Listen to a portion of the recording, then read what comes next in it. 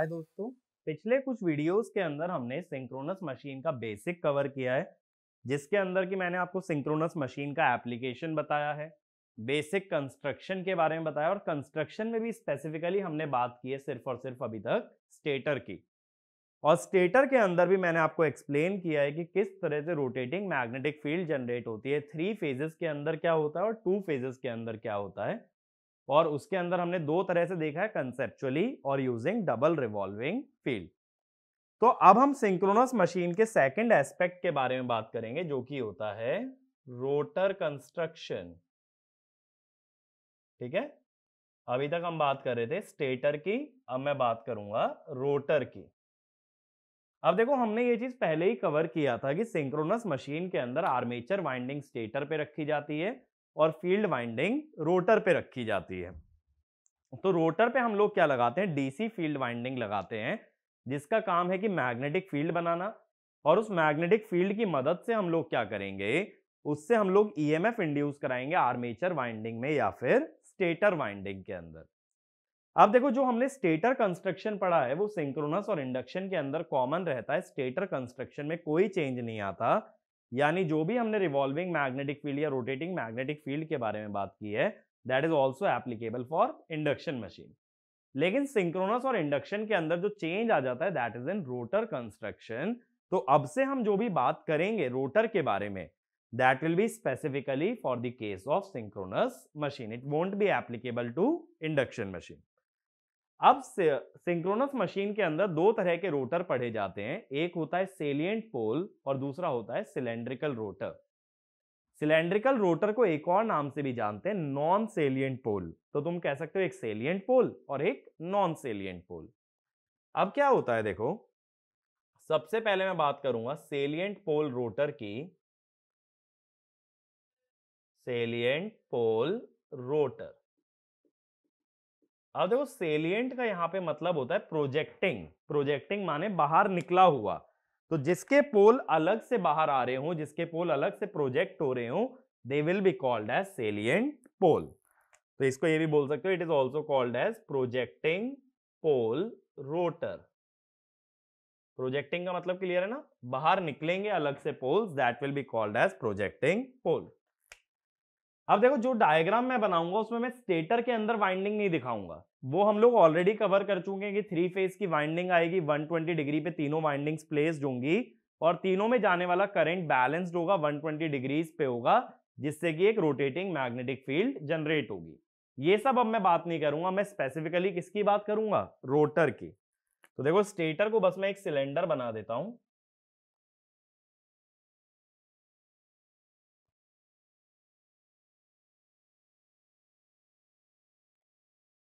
ये एक hollow cylinder बन गया, दैट इज योर स्टेटर, जिसके अंदर स्टेटर की वाइंडिंग रखी जाएगी। ठीक है, अब इसके अंदर हमें रोटर बनाना है। देखो, मान लो अगर 4 पोल का रोटर बनाते हो,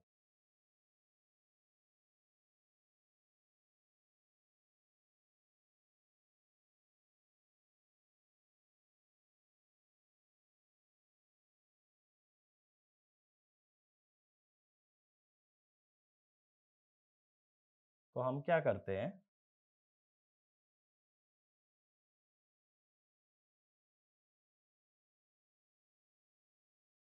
इस टाइप से 4 पोल्स जनरेट कर लेते हैं। अब इसके अंदर ये जो 4 पोल्स हैं, ये कैसे बनाए जाते हैं, ये वाइंडिंग की मदद से बनाते हैं। जैसे देखो, नॉर्थ साउथ, नॉर्थ साउथ। अब ये नॉर्थ साउथ बनाए कैसे गए हैं, इसके लिए जो पोल्स हैं इनके चारों तरफ वाइंडिंग लपेटी गई है। कैसे, देखो, नॉर्थ की मैग्नेटिक फील्ड मैग्नेट से बाहर जानी चाहिए, तो नॉर्थ की मैग्नेटिक फील्ड होनी चाहिए मैग्नेट के बाहर, यानी ऐसे कुछ इस टाइप से।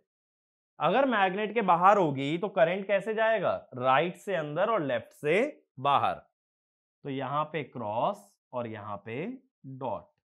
और वहीं साउथ की मैग्नेटिक फील्ड अंदर होनी चाहिए। मैग्नेटिक फील्ड अंदर का मतलब है ऊपर से क्रॉस, यानी ऊपर से करंट अंदर जाए और नीचे से बाहर आए।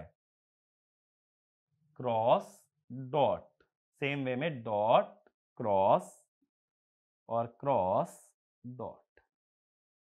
तो इस तरीके से इस पोल्स पे वाइंडिंग लपेट करके, कौन सी वाइंडिंग लपेटी गई है? Field winding. उससे हमने 4 पोल जनरेट किए हैं।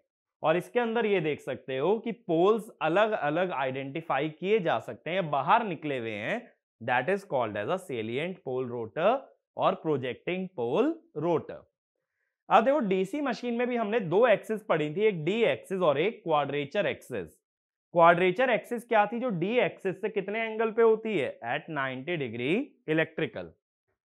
अब देखो डीसी मशीन में हम एक चीज पढ़े थे, that electrical angle is P/2 mechanical angle.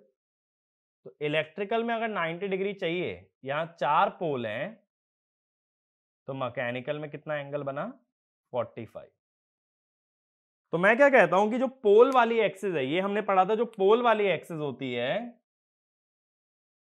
उसको हम बोलते हैं डी एक्सिस। तो ये एक्सिस डी है, ये डी है, ये डी है और ये भी डी है। और इससे 45 डिग्री पे, क्योंकि जो एंगल विजिबल होता है वो हमेशा कौन सा एंगल होता है? मैकेनिकल। तो इससे 45 डिग्री पे जो एक्सिस आएगी that will B Q axis. ठीक है।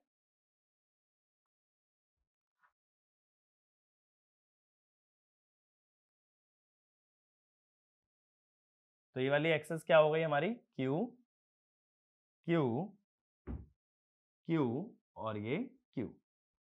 ठीक है। तो डी एक्सिस कौन सी हो गई? पोल्स के अलोंग। और उससे 45 डिग्री पे कौन सी एक्सिस बन गई? Q axis. अब इसमें देखो, अगर स्टेटर रोटर के बीच के गैप की बात की जाए तो डी एक्सिस पे गैप कम है और क्यू एक्सिस पे स्टेटर रोटर का गैप ज्यादा है। तो हम यही कह देते हैं कि यहां जो एयर गैप होता है स्टेटर और रोटर के बीच, वो सेम नहीं होता हर पॉइंट पे। वो डी एक्सिस पे मिनिमम होता है, क्यू एक्सिस पे मैक्सिमम होता है। That means air gap is variable. तो अब इसके अंदर पॉइंट्स लिखना शुरू करो। In salient pole rotor the poles are projecting along the rotor periphery। ठीक है। अगला point, the air gap across the rotor periphery is non-uniform, is non-uniform। ठीक है। अगला point, air gap is maximum along q axis and minimum along d axis। ठीक है। D axis पे minimum है और क्यू एक्सिस पे मैक्सिमम है। अगला point, therefore the reluctance along d axis is minimum and reluctance along q axis is maximum। ठीक है। तो इतनी बातें समझ सकते हो सेलिएंट पोल के बारे में कि डी एक्सिस का एयर गैप मिनिमम होता है और क्यू एक्सिस का एयर गैप मैक्सिमम होता है। अब अगली बात आती है पोल की शेप कैसी रखी जाए। शेप के बारे में मैंने थोड़ा डिस्कशन आप लोगों से किया था जब डीसी मशीन हमने पढ़ा था। तो अब शेप के बारे में मैं थोड़ा डिस्कस करता हूं कि शेप क्या रखनी चाहिए। देखो, हम एक चीज जानते हैं कि पोल्स की अक्सर 2 शेप होती हैं। पहली शेप होती है आर्क शेप्ड पोल। आर्क शेप्ड पोल क्या होते हैं? जिसमें कि पोल के नीचे एयर गैप सेम रहता है बिटवीन स्टेटर एंड रोटर। कैसे? देखो, अब ये तो अपना स्टेटर वाला सरफेस है ना, इसके नीचे रोटर आ रहा है। तो अगर रोटर ऐसे बनाया जाए कि चारों तरफ सेम एयर गैप ले, वो अब देखो यहां पे किसी भी पॉइंट पे देख लो, एयर गैप सेम ही आ रहा है पोल के नीचे। ठीक है। पोल खत्म होने के बाद की बात नहीं कर रहे हैं। जितना एरिया पोल्स का है, इतने एरिया में देखो, ये जो एरिया है इसमें एयर गैप हर पॉइंट पे बराबर है। तो इसको हम लोग क्या कह सकते हैं? यूनिफॉर्म एयर गैप अंडर पोल। अब मुझे बताओ जरा, आर्क शेप्ड पोल शू से फ्लक्स डेंसिटी कैसी बनती है? आर्क शेप्ड पोल शू से जो फ्लक्स डेंसिटी का ग्राफ बनता है that is always flat topped. जाना चाहिए साइनोसॉइड, लेकिन जाता क्या है? इस टाइप से फ्लैट टॉप्ड। ये किसका ग्राफ है, बी वर्सेस थीटा।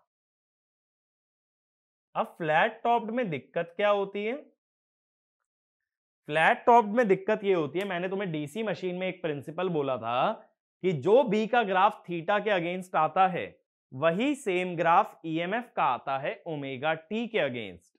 अब अगर तुम्हें एसी जनरेट करना है तो तुम चाहते हो साइनोसोइडल जनरेट करना, लेकिन अगर बी फ्लैट टॉप्ड हो गया तो वेवफॉर्म जो जनरेट होगी that will also be flat topped. तो एक पॉइंट लिखो, in arc shaped poles the air gap is uniform under each pole, due to which flat topped flux density is produced, which causes EMF to be flat topped, which will contain harmonics, but only sinusoidal EMF is desirable। ठीक है, sinusoidal desirable है, अगर flat topped आ गया तो उसमें होंगे harmonics. अगले पे आता हूं, अगला पोल कौन सा होता है हमारा, दैट इज कॉल्ड एज शैम्फर्ड पोल। ठीक है, इसके बारे में मैंने डीसी मशीन के अंदर डिस्कस किया था। अब देखो फिर से मैं पहले स्टेटर का सरफेस बना देता हूं, ये मेरा हो गया स्टेटर।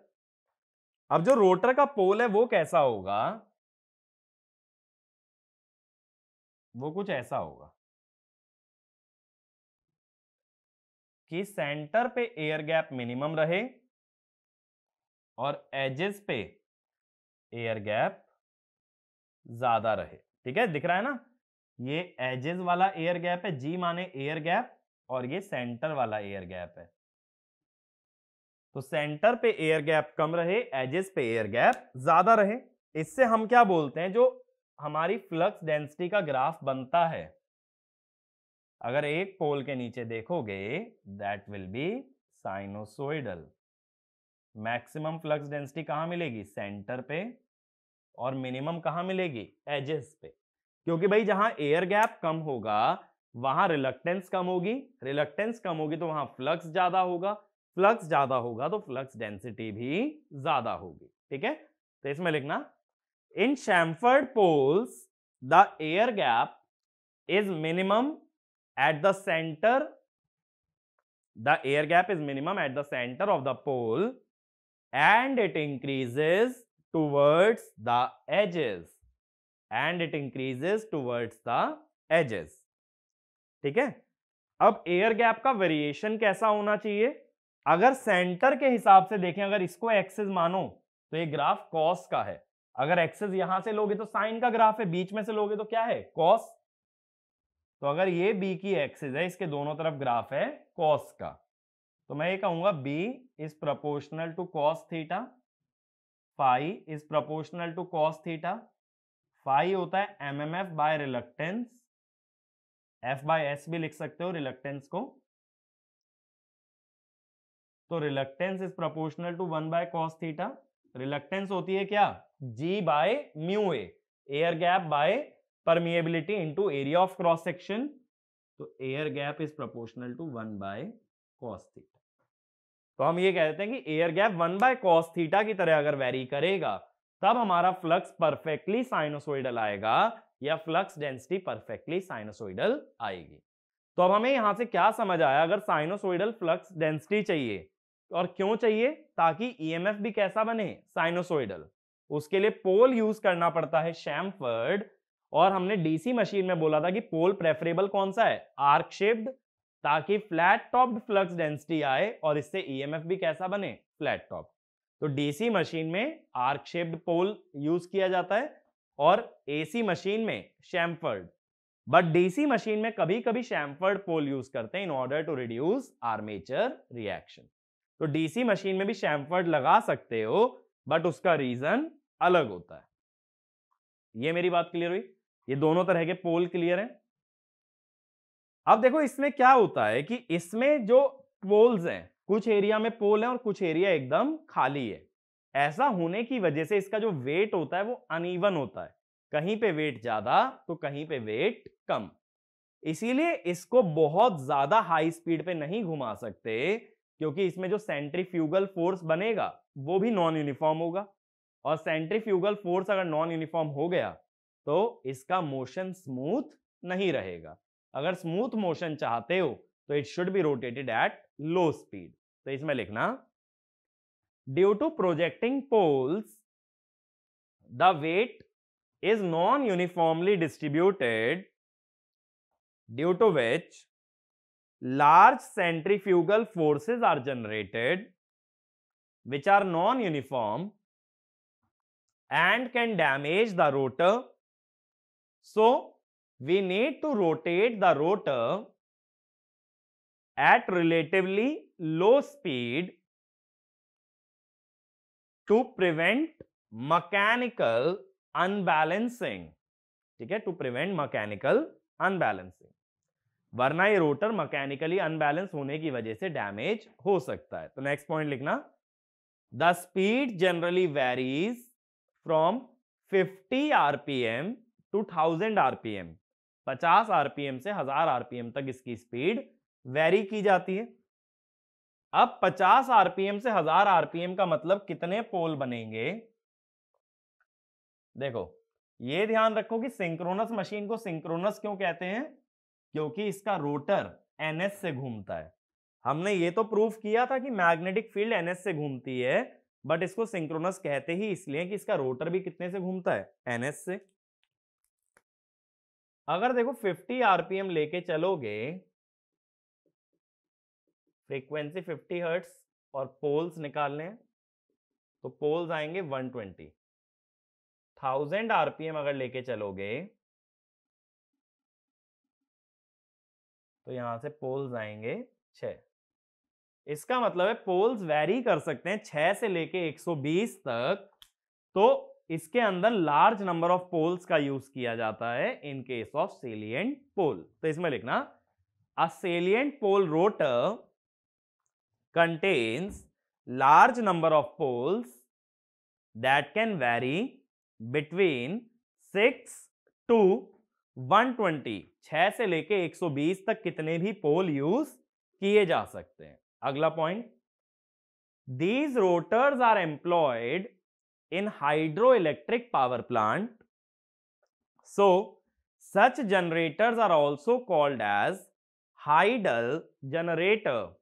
ठीक है, हाइड्रो इलेक्ट्रिक में यूज करने की वजह से जरूरी नहीं वो तुम्हें सेलिएंट पोल ही नाम दे, वो हो सकता है तुम्हें बोल दे हाइडल जनरेटर की बात कर रहा हूं, तब तुम्हें यह बात समझनी होगी ये कौन सा जनरेटर है, ये सेलिएंट पोल जनरेटर है।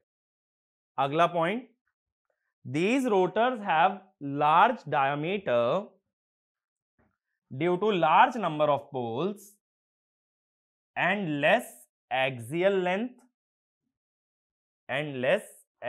लेंथ, ब्रैकेट में लिख लेना capital D approximately 5L, capital D approximately 5L।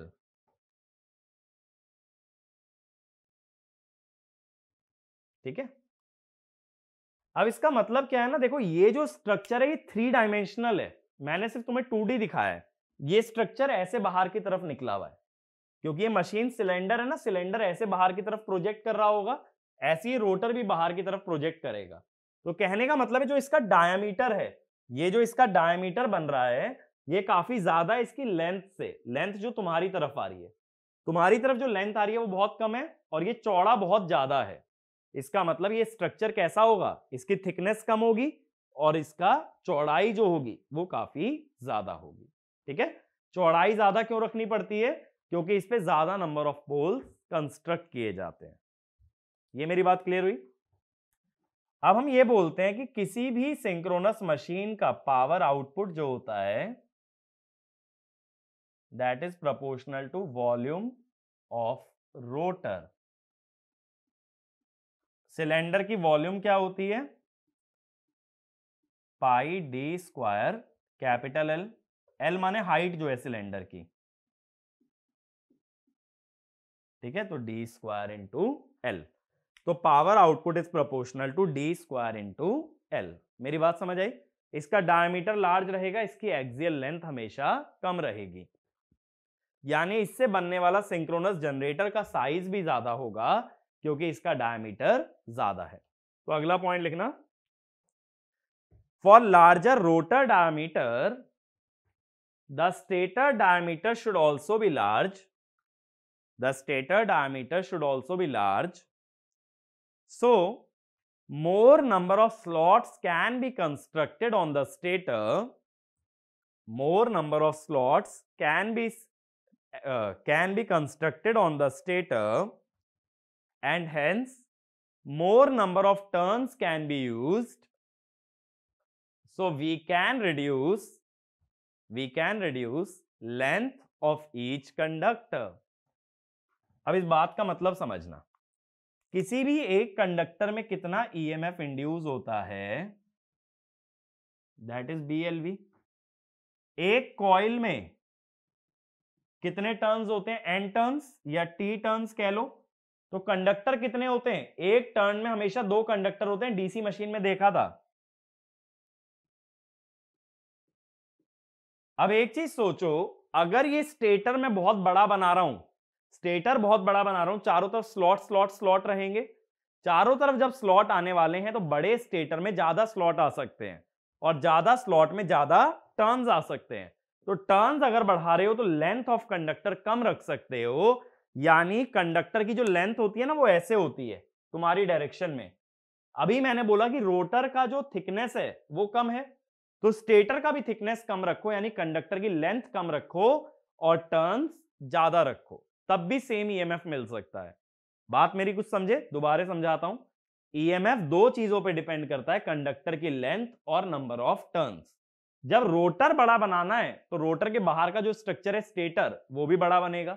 Stator बड़ा बनने से इसमें ज्यादा स्लॉट बन पाएंगे चारों तरफ, ज्यादा स्लॉट से ज्यादा टर्न्स बनेंगे, ज्यादा टर्न्स लेते हो तो लेंथ ऑफ कंडक्टर कम कर सकते हो, और कंडक्टर की लेंथ हमेशा इस डायरेक्शन में लेते हैं, ठीक है। लेंथ कम करने का मतलब इसकी गहराई कम कर सकते हो, तो इसीलिए क्या होता है, सेलिएंट पोल जनरेटर की गहराई कम होती है और उसकी चौड़ाई ज्यादा होती है।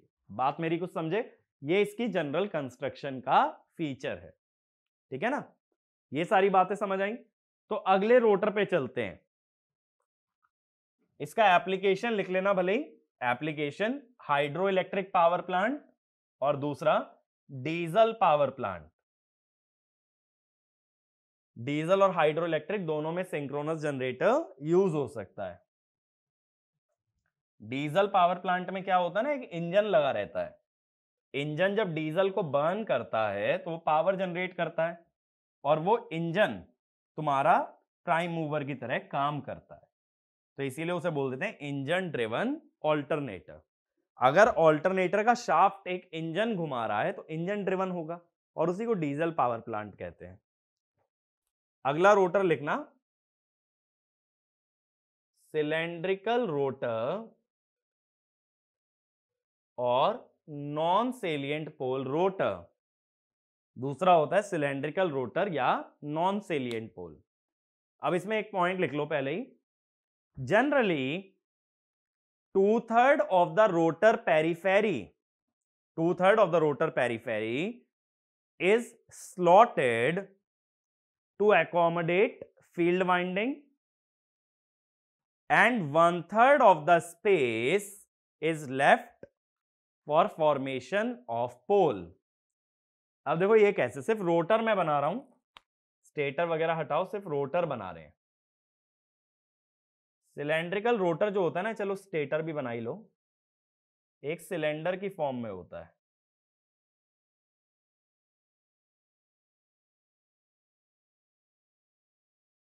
ऐसे सिलेंडर की फॉर्म में होगा और इसके बाहर स्टेटर होगा। अब हमने क्या बोला, ये जो रोटर है इसका 2/3 एरिया में स्लॉट्स बना दिए जाते हैं और 1/3 एरिया छोड़ दिया जाता है पोल्स के लिए।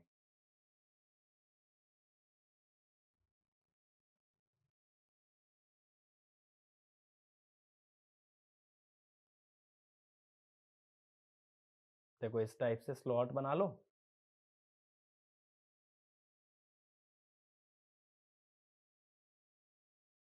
इस तरह से बना लिए स्लॉट। अब जो है, जो बचा हुआ एरिया है उसमें पोल बनेंगे। कैसे? देखो, ये चीज समझते हैं कि पोल कैसे बनेंगे।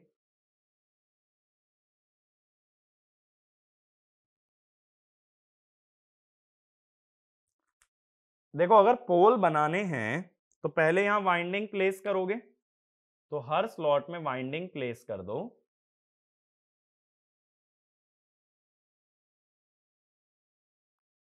इधर भी वाइंडिंग लगा दो। अब वाइंडिंग ऐसी लो कि एक तरफ सारे क्रॉसेस आ जाएं और दूसरी तरफ अपने सारे डॉट्स आ जाएं।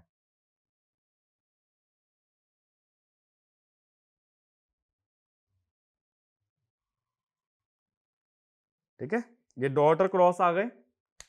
अब देखो करंट कैसे जा रहा है, राइट में अंदर जा रहा है और लेफ्ट से बाहर आ रहा है, तो मैग्नेटिक फील्ड ऊपर बनेगी।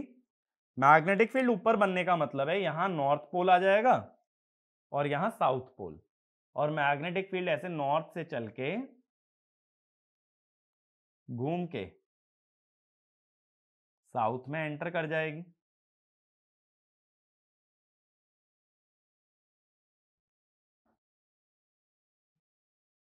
ठीक है भाई, तो ये हमारी मैग्नेटिक फील्ड का पैटर्न बन जाएगा।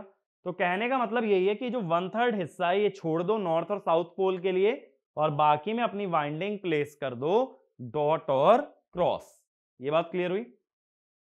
अब इसके अंदर देखो क्या होता है, सिंस कि बाहर वाला सरफेस भी सिलेंडर है, अंदर वाला सरफेस भी सिलेंडर है, चारों तरफ जो एयर गैप आता है वो यूनिफॉर्म आता है। ठीक है, तो ये वाला पॉइंट लिख लेना, uniform air gap exist across rotor periphery. ठीक है, चारों तरफ एयर गैप यूनिफॉर्म रहेगा। अगला पॉइंट लिखना, it implies that reluctance is constant along the rotor periphery, along the rotor periphery। Reluctance यहां कांस्टेंट रहेगी क्योंकि एयर गैप हमारा कांस्टेंट है। अब इस रोटर के अंदर जनरली पोल्स कम रखे जाते हैं, जैसे मैंने बोला ना सेलिएंट पोल में ज्यादा होते हैं, 6 से लेके 120। यहां 2 या 4 पोल ही होते हैं। 4 पोल अगर बनाने होते तो कैसे बनाते, देखो अब सिर्फ रोटर बना रहा हूं। 4 पोल हम कैसे बनाते हैं इसके अंदर, थोड़ा सर्कल बेटर कर लेते हैं।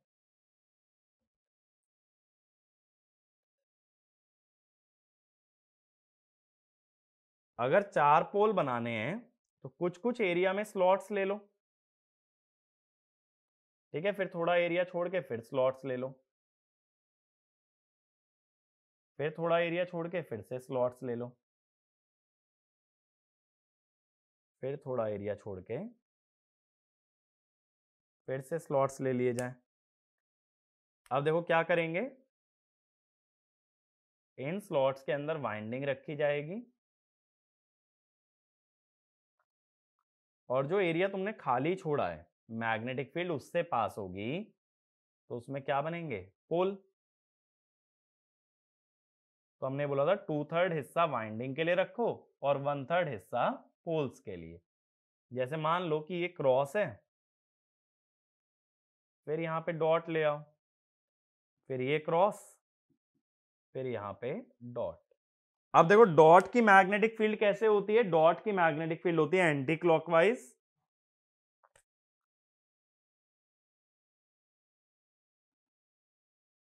एंटी क्लॉकवाइज का मतलब है ऐसे आ जाएगी। क्रॉस की कैसे होती है, क्लॉकवाइज। क्रॉस की क्लॉकवाइज का मतलब है मैग्नेटिक फील्ड ऐसे आ जाएगी। ठीक है, फिर से डॉट की एंटी क्लॉकवाइज,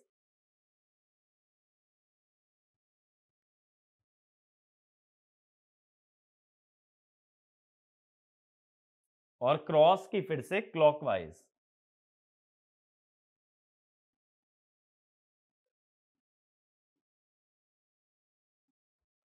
अब जहां से मैग्नेटिक फील्ड बाहर जाए वो है अपना नॉर्थ पोल, जहां से अंदर आए साउथ, नॉर्थ साउथ। तो इस तरह से हम यहाँ पे 4 पोल जनरेट कर सकते हैं इन केस ऑफ सिलेंड्रिकल रोटर। तो इसमें लिखना cylindrical rotor is wound for only 2 or 4 poles, and since it is mechanically well balanced, it can be rotated at higher speeds. It can be rotated at higher speed. अब देखो speed कितनी, अगर 2 पोल लेते हो तो 3000 आरपीएम, और अगर 4 पोल लेते हो 1500 आरपीएम। तो यही पॉइंट लिखना अगला। Generally the rotor speed in cylindrical rotor alternator varies between 1500 RPM and 3000 RPM. ठीक है, तो ये चीज याद रखना क्या होता है कि सेलिएंट पोल रोटर में ज्यादा पोल्स होते हैं और वो मैकेनिकली वेल बैलेंस नहीं होता, जिस कारण से उसको कम स्पीड पे घुमा पाते हैं, और सिलेंड्रिकल रोटर वेल बैलेंस होने के कारण ज्यादा स्पीड पे घूम सकता है। अब अगला पॉइंट लिखना, due to less number of poles in cylindrical rotor the diameter of the rotor is reduced, the diameter of the rotor is reduced, but its axial length is larger. Its axial length is larger. L is approximately 5D, और power output अभी मैंने बताया था किसके proportional होता है, D square L के। ठीक है, ये बात क्लियर हुई। तो इसकी जो लेंथ होती है वो डायमीटर से 5 गुना होती है, और वहां डायमीटर जो था वो 5 गुना था लेंथ के। और प्रैक्टिकल डेटा की अगर बात करें तो 5D से लिख लो 7D तक वेरी कर सकती। बात मेरी क्लियर हुई? यानी इसकी जो गहराई है वो बहुत ज्यादा है और इसकी जो चौड़ाई है वो बहुत ही कम है। जितने कम नंबर ऑफ पोल्स यूज करोगे उतना कम डायमीटर का रोटर यूज करना पड़ेगा।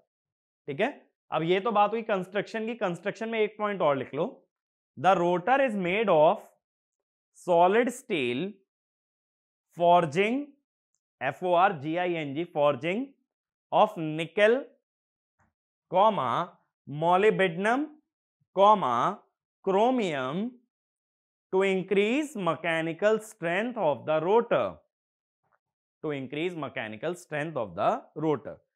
कहने का मतलब सिर्फ स्टील ना यूज करके एलॉय का यूज करते हैं, जिसमें निकेल, क्रोमियम, मॉलिब्डेनम ये सारी चीजें ऐड कर दी जाती हैं, जिससे कि रोटर का जो स्ट्रेंथ है वो बहुत ही ज्यादा होता है।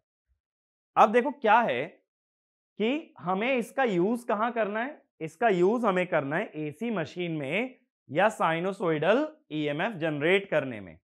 अब हम क्या जानते हैं, साइनोसॉइडल ईएमएफ बनाने के लिए साइनोसॉइडल फ्लक्स डेंसिटी चाहिए, क्योंकि जो बी का ग्राफ होगा थीटा के अगेंस्ट, वही ग्राफ किसका होगा, ईएमएफ का, किसके अगेंस्ट, ओमेगा टी के अगेंस्ट। अब भाई यहां पे रिलक्टेंस तो कांस्टेंट है, पहले तो हमने पोल शू की शेप चेंज करके शैम्फर्ड बना के फ्लक्स डेंसिटी क्या बना ली थी, साइनोसॉइडल। लेकिन अब यहां एयर गैप कांस्टेंट है, रिलक्टेंस कांस्टेंट है, तो यहां पे क्या करना पड़ेगा, अगर फ्लक्स या फ्लक्स डेंसिटी साइनोसॉइडल चाहिए तो यहां एमएमएफ बदलना पड़ेगा। देखो फ्लक्स होता है एमएमएफ बाय रिलक्टेंस। अब अगर हमें रिलक्टेंस चेंज करनी है, सॉरी, अगर फ्लक्स चेंज करना है और रिलक्टेंस कांस्टेंट है, तो एक ही तरीका बनता है, that is by changing the MMF. तो अगला पॉइंट ये लिखना, since the reluctance is constant we cannot change the air gap to obtain sinusoidal flux density. So in order to obtain sinusoidal flux density, the MMF must be varied sinusoidally. MMF must be varied sinusoidally. अब देखो ये जो MMF है या magnetic field है उसके अनुसार ये वाली एक्सिस कौन सी है, पोल्स वाली, ये डी एक्सिस है, और ये वाली एक्सिस कौन सी है, ये क्यू एक्सिस है। ऐसे इधर आ जाओ, इसमें ये डी एक्सिस, ये डी एक्सिस पोल्स वाली, और इनके बीचों बीच से जो गुजरेगी that will B Q axis.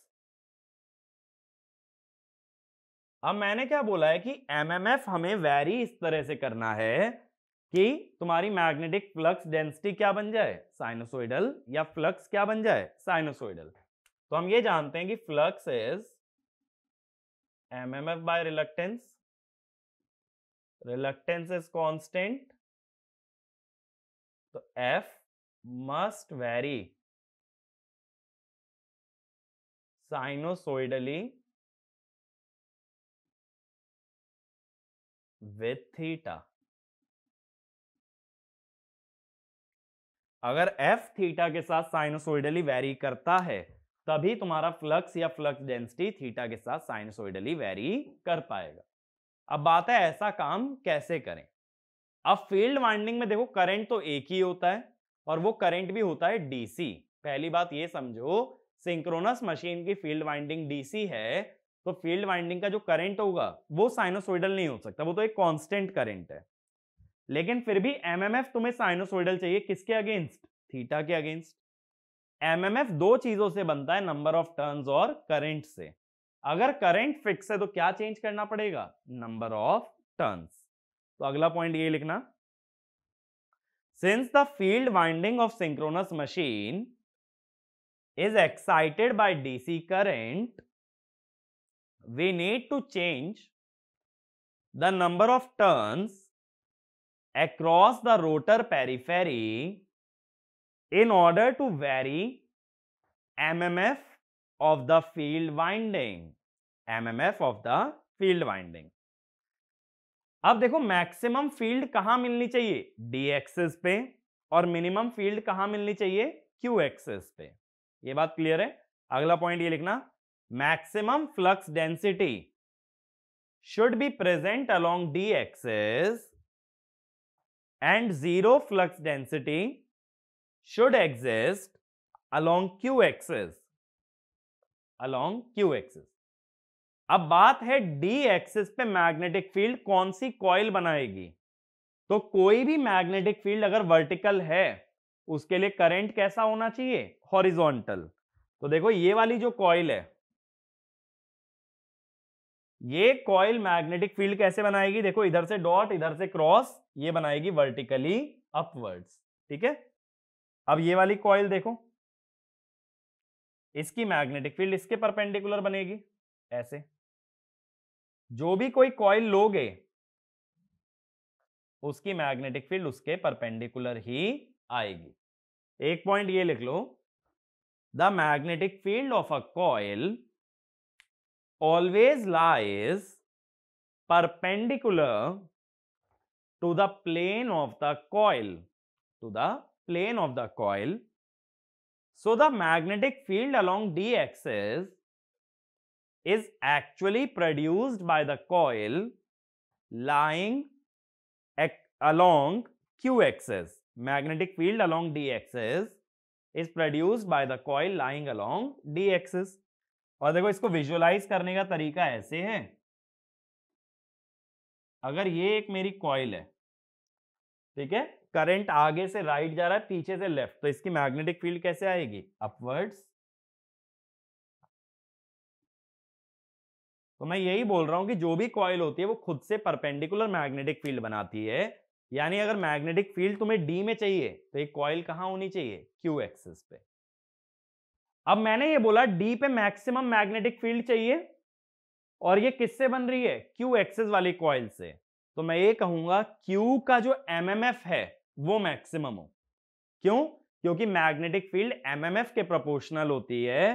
तो अगर डी वाली मैग्नेटिक फील्ड मैक्सिमम चाहिए तो क्यू पे रखी हुई कॉइल के नंबर ऑफ टर्न्स मैक्सिमम लेने पड़ेंगे, और अगर क्यू पे 0 चाहिए तो डी वाली कॉइल के नंबर ऑफ टर्न्स 0, और वैसे भी देखो डी एक्सिस पे कोई कॉइल थोड़ी ना है, तो बात सही है।